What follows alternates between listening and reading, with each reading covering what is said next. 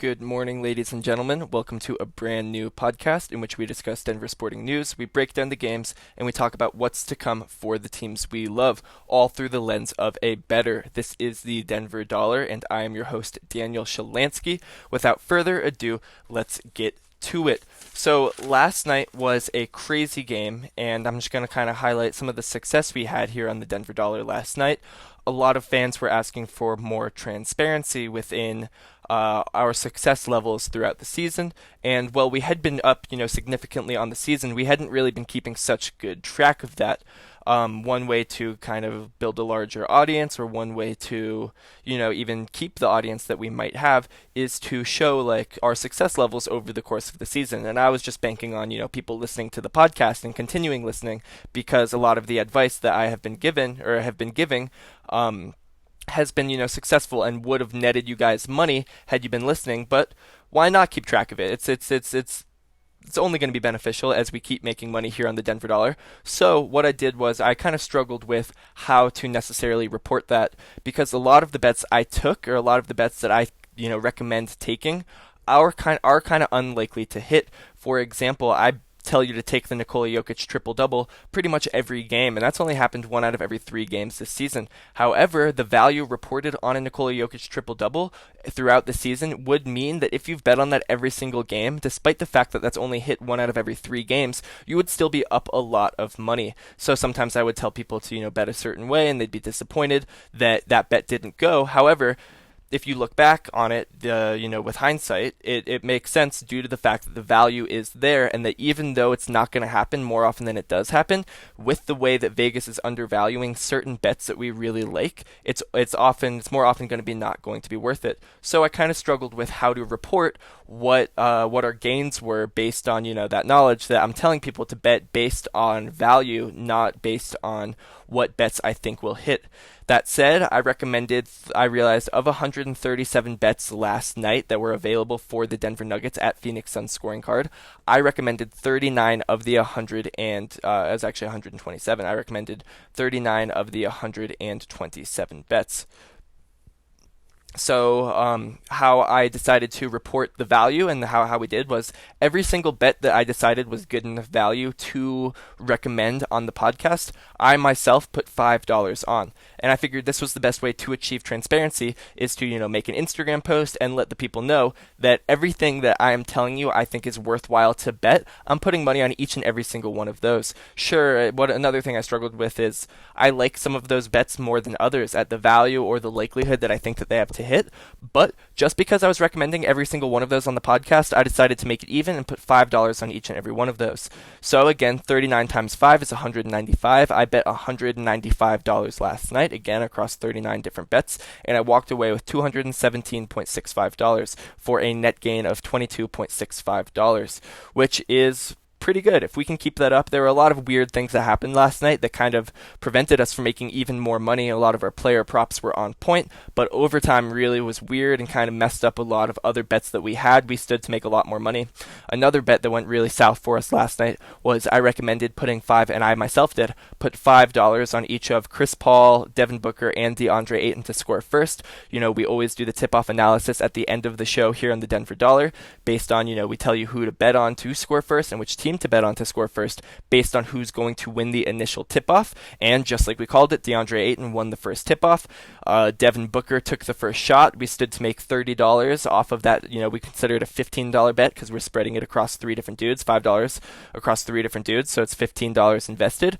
We stood to make $30 off of that $15 bet for what would have been a plus 100 if Devin Booker had hit that shot. Unfortunately, he did not, and the Nuggets took it down and scored a basket on the other end, and that's okay. Plus 100 bet is a good bet, especially considering the fact that we knew that one of those 3 guys was going to shoot the ball first. And considering the fact that it was Devin Booker, but if it were Chris Paul or DeAndre Ayton who took the first basket, we would have stood to make even more money, up to plus 266.7 on a bet. So the thought process was there. A few things went weird throughout the game, but again, overall, our player props were on point and really were able to bolster our overall net profit. So it was really good for us there. In this game, unfortunately, because Devin Booker is hurt, he got hurt in the game against the Nuggets. There are no player props listed for the Phoenix Suns, which is unfortunate, but that's because it's kind of difficult to predict their starting lineup even. Devin Booker is technically considered day to day. However, Coach Monty Williams said that he is not expecting him to play this game on Saturday, which is today. He hurt his he hurt his hamstring in that game, and again, yeah, he's day to day and he won't play. Also missing from the Suns that were absent from last game are Dario Saric and Damian Jones. Neither of them will play due to health and safety reasons. On the Nuggets side of the ball, we're missing Greg Whittington with a hurt knee. He hasn't played much. He hasn't played at all throughout the course of the season, so this doesn't necessarily change our rankings or how we would bet anyway, because he has been unavailable and he still is unavailable. So we talked about last night, we talked about what happened. Things went south a little bit on bets that really should have hit for us, but bad beats are part of betting, and that's okay. Overtime screwed us over a little bit, but we were still up money, and had overtime not occurred, we would have been up big money. So let's talk about the game today with yesterday's game in mind. The Nuggets yet again are playing the Suns in Phoenix. The date today is January 1st, not January 1st, the first month, which is January 23rd of 2021. And again, the Suns will most likely be without Devin Booker, which is a huge loss for them. That is why the Nuggets were the underdogs yesterday in the game, but now the Nuggets are fairly big favorites in this game due to the fact that Devin Booker could be absent. He got hurt during overtime, and obviously overtime is when you would play your starting players, you would play your best players. But Devin Booker was unavailable in overtime due to his injury. He couldn't muscle through it, and that is why we don't think, plus the words of Monty Williams, but that is why we don't think that he would play in the back-to-back tonight again against the Denver Nuggets. So with all that in mind, let's talk about some stats. The Nuggets are again favorites with the money line being set in for the Nuggets at minus 136. The Suns are locked in at plus 114. I say don't go with the money line, go with the three-way money line. That is one of the reasons why the overtime screwed us last night. But Vegas always considers overtime more likely to happen than it has been throughout the season, meaning we can find good value if we bet on the game through four quarters instead of through through overtime. So again, I am reporting the money line. I am not taking any bets on the money line. I don't recommend that you do either. Let's talk about the point spread. The Nuggets are favored. They have a spread of minus 2.5, locked in at minus 112, and the Suns are locked in at plus 2.5, set at minus 109. I do think that the Nuggets win this, and I do think that they win fairly handily considering the fact that Devin Booker is absent, and they looked really hot at the end of last game. They were down 14 at the half and were able to come back. It was, really good. They put up 44 points in the third quarter. They were stellar in the second half. The Nuggets' issue has really been putting together a full game, through four quarters this season. However, I think that they can keep some of the momentum going, and especially considering the fact that the best player on the Suns side of the ball, arguably the best player in the game, not really, Nikola Jokic was, but arguably the best player on the Suns side of the ball was Devin Booker. He scored 31 points, he had 5 rebounds, he had 5 assists, he was a stat sheet stuffer. He is absent from this game. It's going to be difficult for them to find those same number of points. Chris Paul was an assist machine. He had 14 assists in the first half alone, but he's not going to be able to do everything by himself, so I don't think that the Suns will be able to score that many points. Thus, I like the Nuggets against a spread of minus 2.5. That is the first bet that I am taking today on the Bet Rivers betting card. Another bet that I'm willing to take is I think the Nuggets win fairly easily. I'm willing to buy a teaser. I'm willing to creep up the Nuggets win margin from 2.5 to 5.5 points. The reason being, I think that they'll win handily, like I just said. And you're getting way better value at plus 133 versus minus 112. That is a bet that I really like, and that is a bet that I'm taking for my second overall bet. Now let's talk about total points. Last night's game went to 256 points. Sure, overtime also benefited how many points were scored in that game, but there were 228 points scored at the end of regulation. So I was wrong on the under in yesterday's game, but without Devin Booker, like I said, I think it's going to be a way different game. There's going to be less of a fast pace. Chris Paul doesn't like to hoist up as many early shots as Devin Booker, so with him really at the helm of the offense, I think they're going to run a slower game. And in addition to that, they're going to be able to score less points, considering the fact that their best offensive player is, in fact, absent from this game. I like the under, even though the under, despite the fact that the under was 220.5 points last game and the over was hit throughout overtime and even through regulation, the under here is even lower at 216.5 points, but I still think it will hit the under. Let's forget about last night's game. Devin Booker is not available, and it was a little bit of an outlier, I will say. The Suns allowed 130 points. They're only allowing 100. They throughout the season, they're number 5 in scoring defense. That is way too many points. That's more points than they've allowed pretty much in every game this season, except for one, which came to the Wizards, somewhat surprisingly. But yeah, the Suns will definitely figure it out on defense. They'll step it up. And the Nuggets they'll do their thing, but it will be a slower pace of game, and the Suns won't be able to score as much. I like the under at 216.5, locked in at minus 112. The over's locked in at minus 110, so you're getting slightly worse value with the under, but it is nothing too significant. Let's talk about some parlays. There are 2 parlays that I remotely like in this game. But there's one I'm not going to take. I like to normally bet on 2 different parlays in any given game to kind of hedge game script.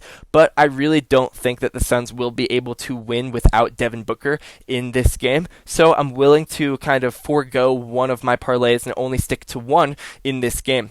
The one that I really like is Nuggets minus 2.5, the Nuggets against the spread, in tandem with the under. That's locked in at plus 255. So there's a very large potential payout with that bet. The other bet that I would normally take if Devin Booker were active, if every number was the same, but again, he's not active. I don't see the Suns winning, and I don't see there's any way that the Suns can win in this game.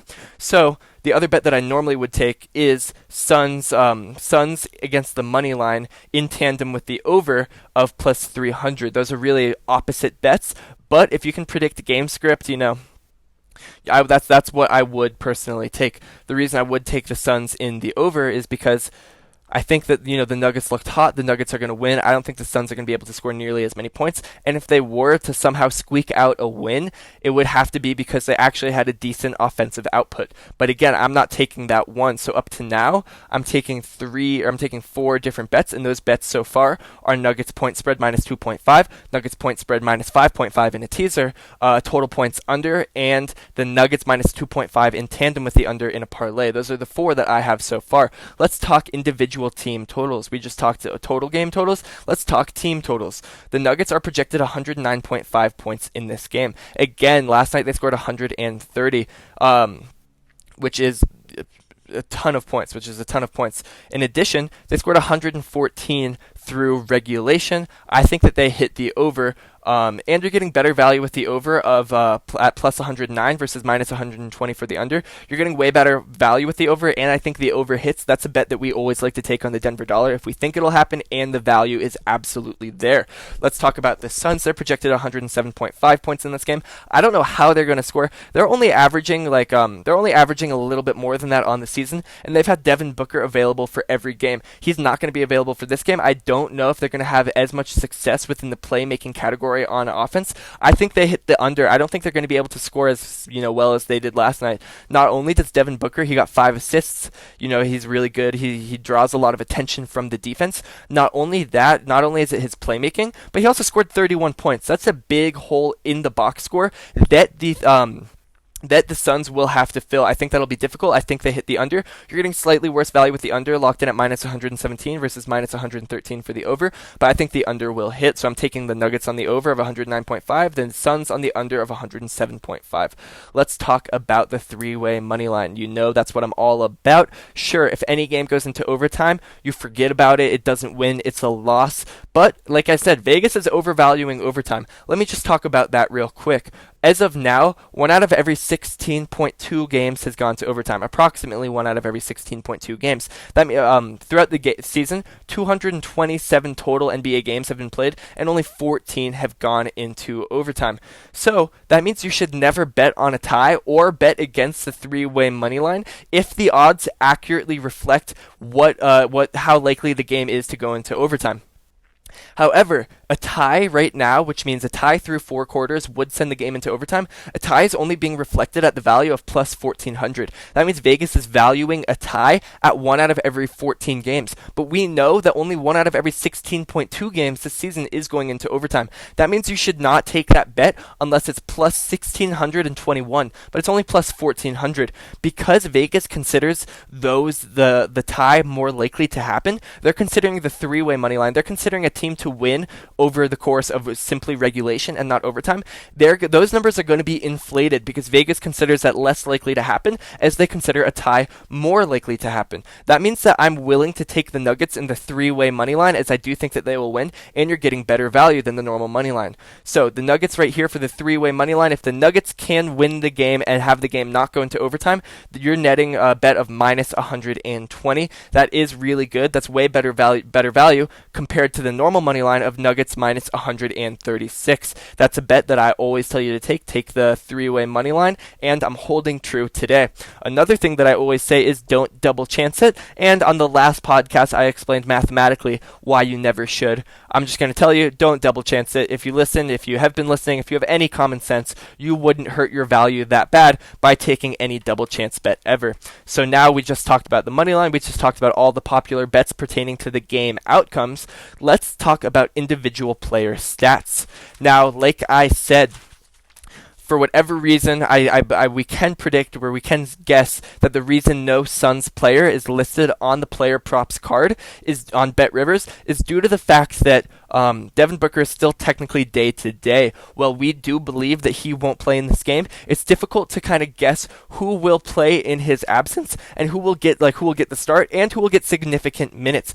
I believe that Cameron Payne will be starting in his absence. However, will he get starter minutes? Who knows? It's difficult to predict the Suns' rotations. Monty Williams is a great coach. I'm sure he will do whatever is the most efficient and work his magic and figure out the best rotations possible for the absence of Devin Booker. But BetRivers is staying away from it entirely. They're not even listing any of the other starters due to the fact that Devin Booker's fingerprints are all over the offense, and who knows what it'll go like without Devin Booker. So that means that only the Suns player props are listed. That's a shame because last night we killed it in the player props category. That has been one of our strengths so far on the Denver dollar. As many player props as possible, we'll take them, we'll find the value. We would have loved to have all 5 players available for the Suns so we could have even more player props available for this game tonight.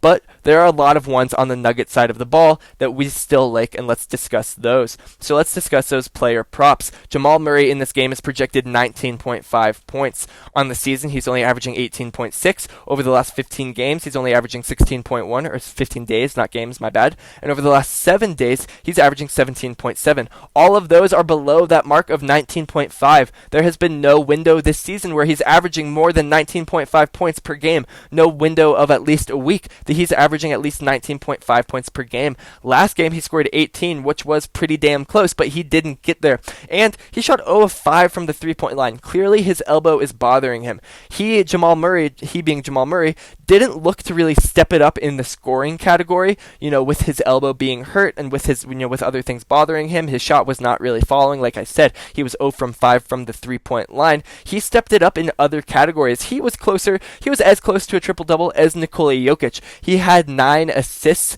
and 7 rebounds. Those are insane counting stats for Jamal Murray. Those are numbers we're not used to. I think he is going to be okay with not taking the shot as much as he normally would, not taking the difficult shots, and trying to be a playmaker for his teammates, especially with his lingering elbow. I like the under on 19.5. You're getting better value with the under at minus 104 than the over at minus 108 and 18. Let's talk about assists for Jamal Murray. Like I said, he's really stepping it up in other categories. He is averaging 4.8 assists on the season, but in the last 15 days, he's averaging 4.9. Over the last week, he's averaging 5.7 assists. And over the last game, when they played the Suns, it's a good predictor of how the game will go tonight for these Nuggets players because it's literally the same matchups that they had last night. He had 9 assists. For whatever reason, you're getting better value on assists, even though all of those marks are above this number of 4.5. Take the over on Jamal Murray assists, especially at the better value of plus 100 versus minus 121 for the under. I certainly am taking that bet. He's not listed in rebounds, but he is listed in three-pointers. He's predicted 1.5 three-pointers in this game. Over the course of the season, he's averaging 1.9, but that has been trending down significantly. Over the last 15 days, he's averaging 1.4, and over the last week, he's averaging 1.3. Last game, he scored 0 and had 5 attempts. It's not just that his confidence is shot, it's that his elbow is really bothering him. You can't have a bruised elbow as a consistent jump shooter in this league, and we saw it 2 games ago, where he had to drive to the basket, and his elbow was bothering him so much. He was dribbling the ball. He stopped dribbling the ball. He took off his armband. He kept his dribble. He just kept the ball bouncing while he took off his arm sleeve, and then it was really bothering him. He's looking for any level of comfort that he can attain regarding his elbow. That clearly didn't help him. He still had a very terrible shooting night that night, but it's obvious that he's very uncomfortable. He's trying to do anything he can to fix his elbow issue, which means he's not going to be shooting the ball well, and I don't expect him. I bet he's a smart player. He knows not to take 5 shots if he can't shoot the ball well. So his three-pointers being set at 1.5, I like the under, and you're getting better value with the under. Throughout the last 15 days, he's been averaging the under. Over the week, he's averaging the under. He had 0 last week. It doesn't matter what he's scoring on the season. His elbow is bothering him. I like the under at plus 135 versus minus 165 for the over of 1.5 threes made for Jamal Murray in this game. Let's talk player special for Jamal Murray. This is his combined points, assists, and rebounds. Last game, I said you should take the under because I didn't think he would score that well, and I predicted him to, kind of hit his normal marks in terms of assists and rebounds, all those counting stats that he has not been stellar with throughout the course of the season. I was brutally wrong. He did hit the under on points, but oh my god, the 9 assists and the 7 rebounds, I could not see that coming. Well, I don't expect him to completely, have the same type of performance. I don't expect him to be as much of a stat sheet, near triple-double threat that he was last night. I do expect him to continue to kind of ramp up his assists and his rebounds versus what he has on the season due to the fact that that's what he's playing for right now and he's not making his shots. I like the over of 27.5 combined points, assists, and rebounds for Jamal Murray at minus 118. That's worse value than the under of minus 104, but last game he had 34 combined of these counting stats. Over the season he's averaging 27.3. Over the last week he's averaging 28.1. He's really stepping it up in those other categories, and I like the over even despite the worse value. Let's talk about Gary Harris. I've said take the over on Gary Harris points every game this season, and I think I've only missed out once or twice. He is killing it, and for whatever reason, it's because he started the season off so slow from the three-point line. Vegas is criminally undervaluing his ability to score points. He's only projected 9.5 points in this game. Let me tell you why that's stupid. He's averaging 11.1 on the season. He's averaging 14.6 over the last 15 games. He's averaging 12.7 over the last week, and last night he scored a whopping 19 points. He's stepping it up. His confidence is really increasing. He's learned not to shoot the three-pointer from anywhere other than the corner. He is a knockdown three-point shooter when it is specifically from the corner, and for whatever reason, he can't hit it from anywhere else. He's only taking three-pointers from the corner. Thank God for Gary Harris learning what his skill set is finally. So, I like the over. He's really stepping it up. You're not getting great value with the over at minus 121 versus plus 100 for the under, but Gary Harris, we can be confident he's going to score with it more than 9.5 points. That's free money.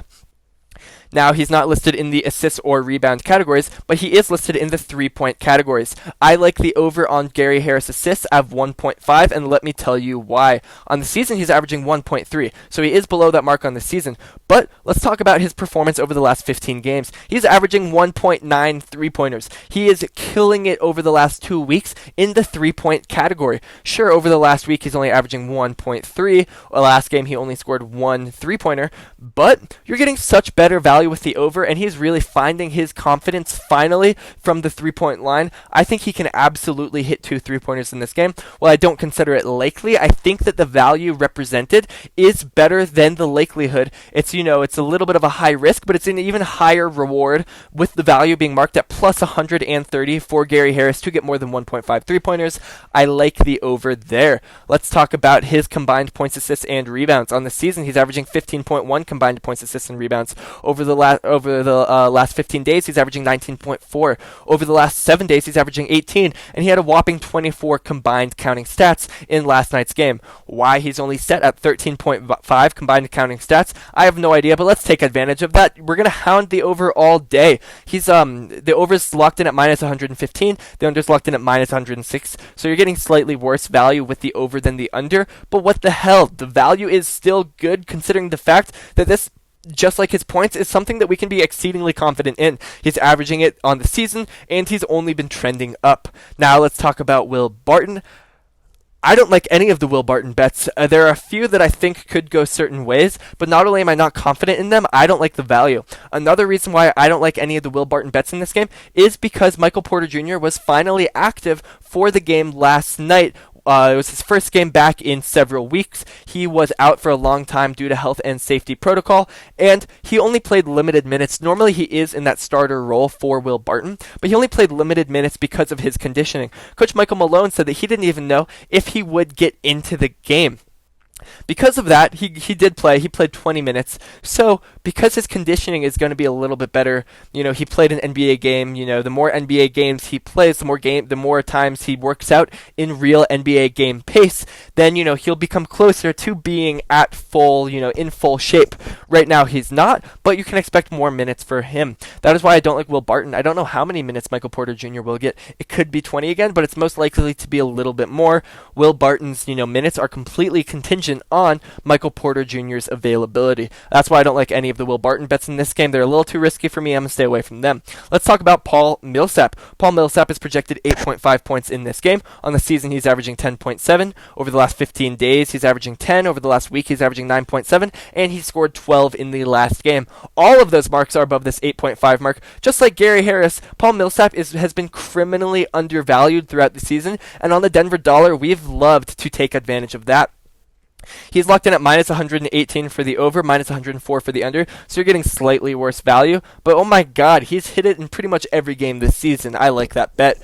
In terms of rebounds, I don't love to bet on his rebounds. When he's on the floor, he scores a lot, but his rebounds have been a little bit inconsistent, and while his rebounds are trending up significantly, he did only play 20 minutes last night. That's a little bit scary for me. He's played more minutes throughout the course of the season. I don't know why he only got 20 minutes last night. Maybe it was a matchup thing. They didn't have too many big guys on the Sun side of the ball, so the Nuggets felt that they could run with the three-guard lineup more often than not. In fact, Monte Morris logged 12 more minutes. He logged a full quarter more than Paul Millsap in this game. With the absence of Devin Booker, I don't know if the Suns will utilize a larger lineup, so I don't know what Paul Millsap's availability will be in this game. I don't know how many minutes he'll play. He could get around that 20-minute mark yet again. So that's why I don't like his rebounds. His rebounds have been inconsistent throughout the season, like I've said, but his points have not. Even in limited minutes, he is scoring points. I like the over on points. I don't like to bet on him for rebounds. I will bet on him for three-pointers in this game, however. He's only projected 0.5 three-pointers in this game. On the season, he's averaging 1.3. Over the last 15, he's averaging 1.3. And over the past week, he's been down a lot. He's only averaging 0.7, and he didn't hit any last game. But all of those numbers, except for the last game, are above that mark of 0.5, and he's been shooting a lot of threes this season.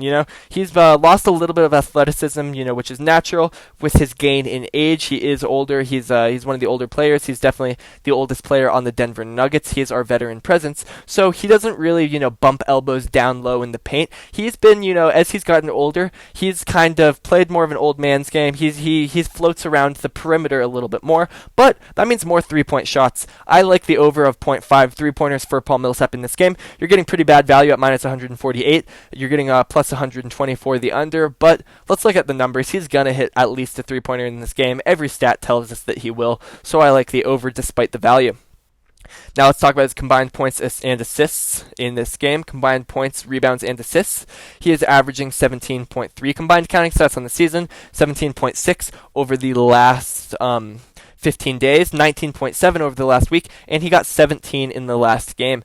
He was a monster in the points category. He had 12 points and he had 5 rebounds. I like him to get over that mark of 14.5. Pretty much every stat that every game he's played this season points to the fact that he's going to get more than 14.5 combined counting stats. I like the over there at minus 121.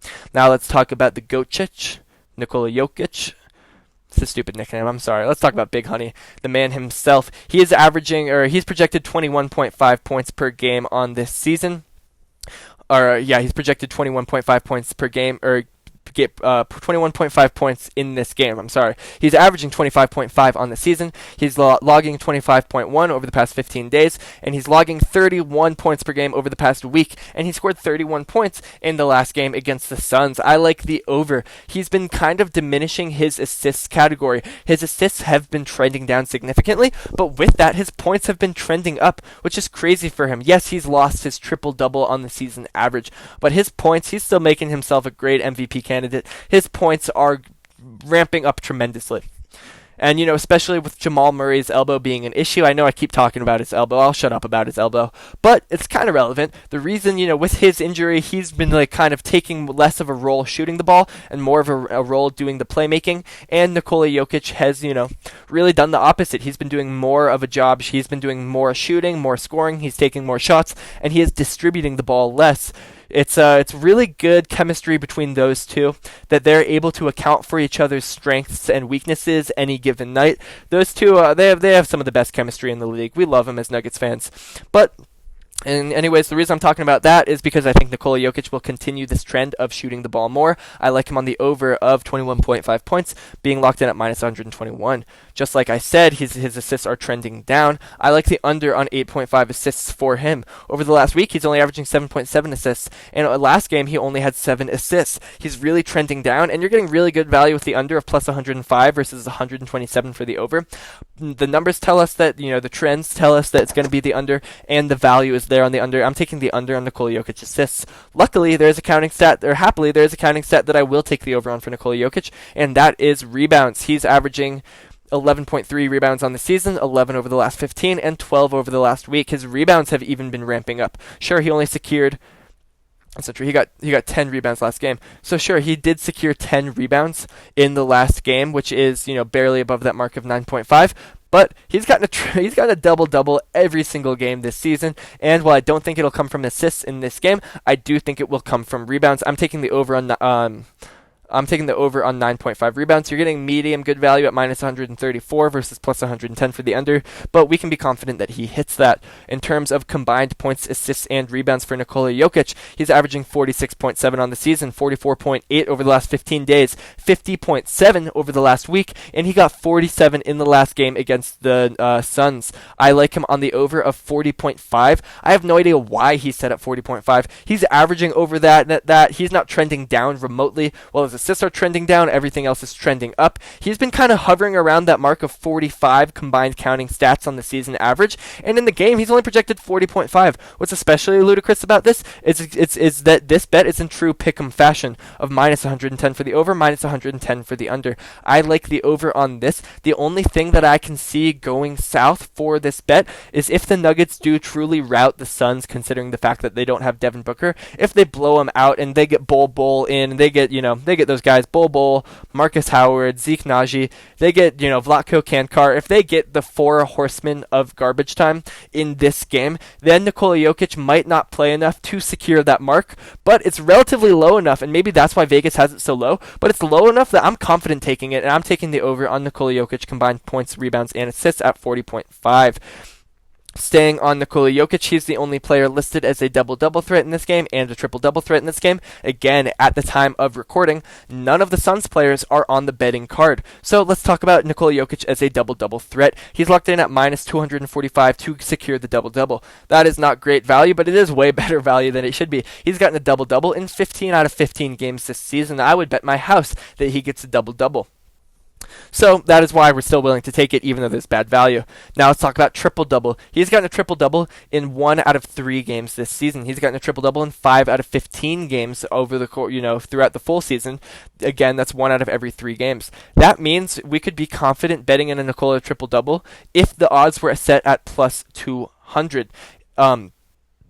If the odds are set at exactly plus 200, you would overall be up a little bit, or you would overall be up a little bit of money if you took that bet every single day. Let me explain why. If you bet $10 on a Nikola triple-double at plus 200, 3 days in a row and he only secured it once, you would be making pretty much a $30 investment, and you would walk away with exactly $30. That is why it's worth it, As long as he's securing a triple double in every 1 out of 3 games, and his mark is at least above plus 200, you're going to be up on the season if you consistently take this bet. Now, this is one that some people reach out to me and they said, Dan, Nikola Jokic isn't getting these triple doubles. Why do you tell people to take the triple doubles every single show? It's because if you bet on Nikola Jokic to get a triple double in every game this season, you would be up big money. It doesn't matter that he's only getting it 1 out of every 3 games this season, because at the value that it keeps being presented at, it's absolutely worth it. Right now, his triple double is set at plus 275. That means if you bet that 3 nights in a row, $10 3 nights in a row, and he only got it 1 out of those nights, you would walk away with you'd invest $30 to walk away with $37.5.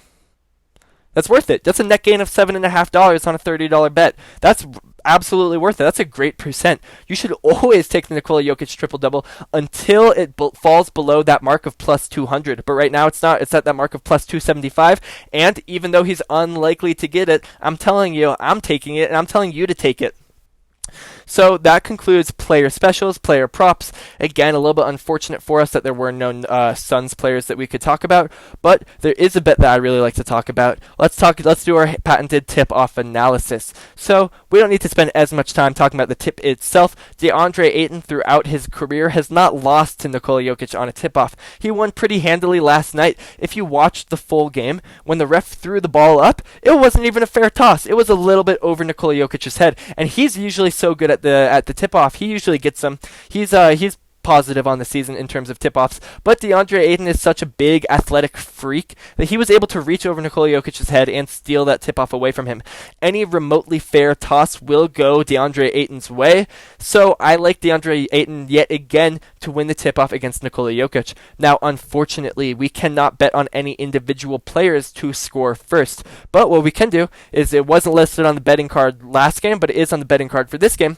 We can talk about which team will score first in this game.